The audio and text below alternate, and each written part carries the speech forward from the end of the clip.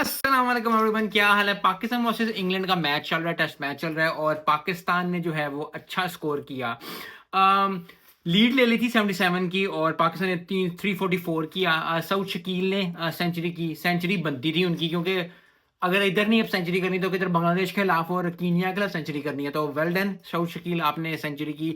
लेकिन सऊद शकील की सेंचुरी में जो दो लोगों की कंट्रीब्यूशन है वो नहीं भूलनी चाहिए। वो दो कंट्रीब्यूशन है नुमान अली की और साजिद अली की, साजिद खान की। साजिद खान और नुमान अली ने बैटिंग भी करें, वो बॉलिंग भी करें, वो पानी भी पिलाएं, वो रन भी लें और विकेटें भी रोकें और वो जनाब साहब फील्डिंग भी करें। सब कुछ ही वो दो कर रहे हैं, विकेटें भी अच्छी ली और उसके बाद फिर जो है अभी भी 24 पे 3 करा दिए इंग्लैंड को।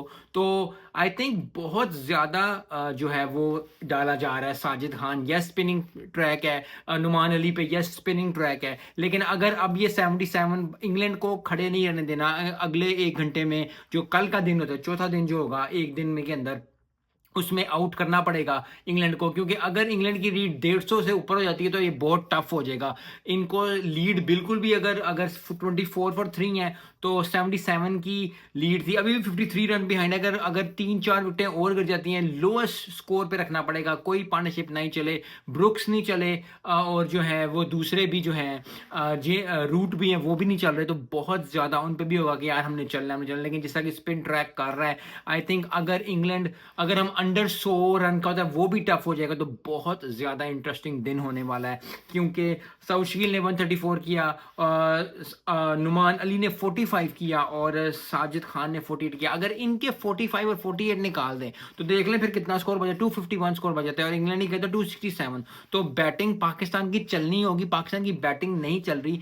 बांग्लादेश के साथ भी यही मसला था, ऑस्ट्रेलिया के साथ भी मसला था, बैटिंग अभी तक जो है। तो बाबर आजम को निकालना इट्स अ गुड डिसीजन कि उसे रेस्ट मिल जाए, लेकिन फिर वही बात है कि आपने शाहीन अफरीदी को निकाला, आपने नसीम शाह को निकाला, दैट्स अ गुड डिसीजन। लेकिन बाबर आजम को निकालना एट द मोमेंट वो डिसीजन सही नहीं लग रहा, और डिसीजन सही नहीं अगर लग रहा तो आपको उसको वापस लेके आना पड़ेगा बाकी इनिंग्स में और बाकी चीज़ों में। लेकिन अभी के लिए पाकिस्तान के लिए ही है कि 7 विकेटें जितनी जल्दी हो सकता है वो विकेटें गिराएं, और विकेटें गिराने के बाद जो है फिर वो अंडर 100 की अगर लीड होती है, 50-60 की लीड होती है, जल्दी जल्दी कर जाएं। क्योंकि अगर ये 150 से ऊपर लीड होगी, अगर ये 200 की लीड होगी, जो अल्लाह करे ना हो, तो बड़ा टफ हो जाएगा अ, पाकिस्तान के लिए। और पाकिस्तान को ये टेस्ट हर हाल में जीतना है, ये सीरीज जीतनी, क्योंकि बहुत ज़्यादा चीज़ें, बांग्लादेश से हारे, फिर ऑस्ट्रेलिया से हारे।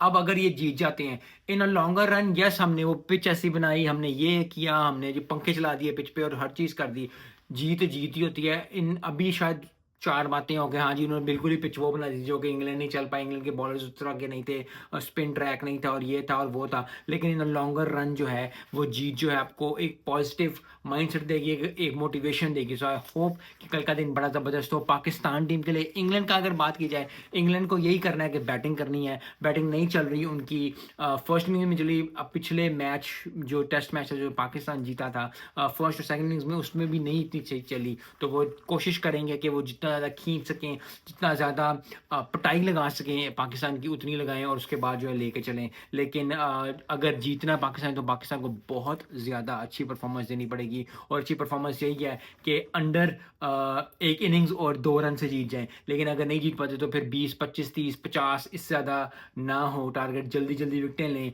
और फिर जो है शाम को बैठ के सारे जो है मुल्तान में या रावलपिंडी में मैच हो रहा है, रावलपिंडी में जो है बैठ के ज़रा इनको घुमाएं फिराएं, इंग्लैंड को ज़रा मज़ा कराएं थोड़ा सा, और बिरयानी बिरयानी शानी खिलाएं रावलपिंडी की, तो वो चीज़ हो सकती है। लेकिन आई होप कि पाकिस्तान अच्छा परफॉर्म करे बॉलिंग में और बैटिंग में, और फिर जो है वो चारों हाने चित करके इंग्लैंड को जो है ये टेस्ट मैच जीत जाए। मिलते हैं नेक्स्ट वीडियो में। अस्सलाम वालेकुम।